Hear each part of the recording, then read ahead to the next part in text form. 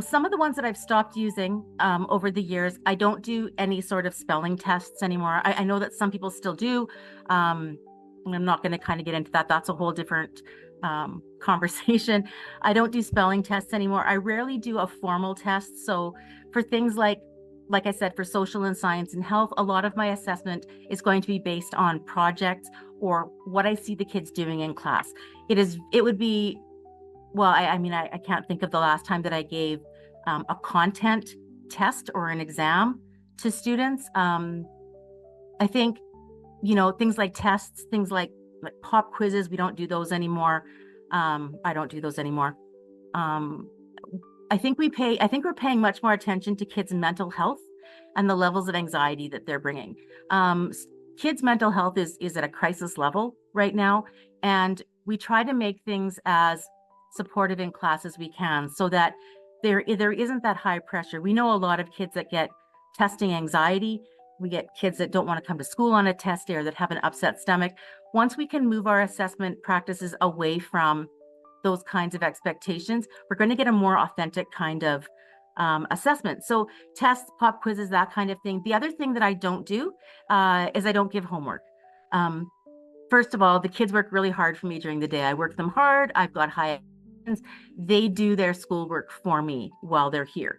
If I was told that my workday was over, but now I have to go do some more work at home, which I guess that's kind of what teaching is. Sorry, guys.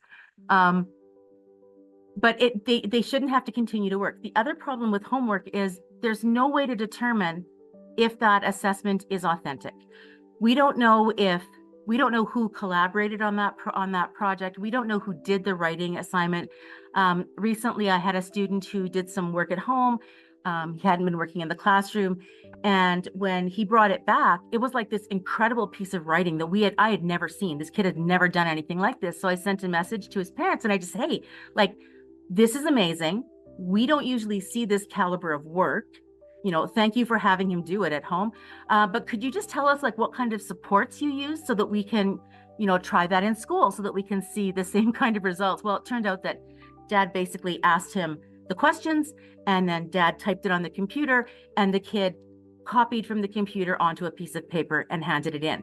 So if we're doing homework, we have no way to determine if it's authentic, and that's not fair. I don't really care how the parents are doing with their multiplication facts. They're not my audience. So I don't give any homework. The only time students would have homework with me now is if they've missed a good chunk of time, and you need to get them caught up on a topic.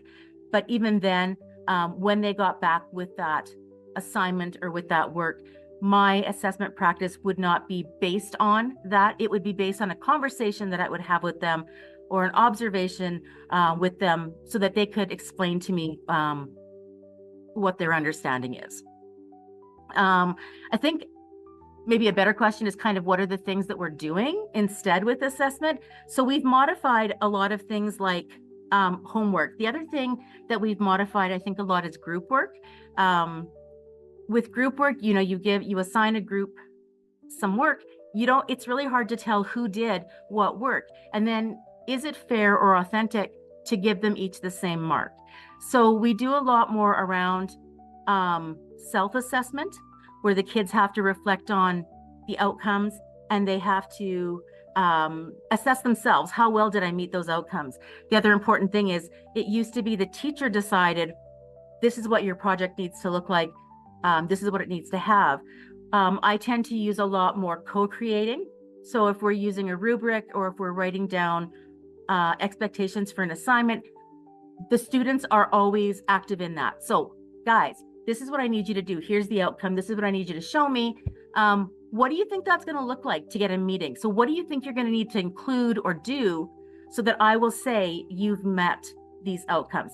So I know, your curiosity was around a split grade class. So that's really conducive to that.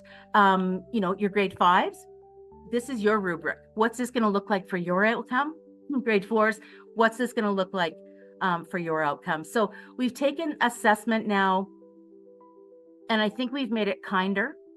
I also think that we've made it more authentic. And I think we've taken a lot of those kind of old school practices and made them more relevant to the students because they're more involved in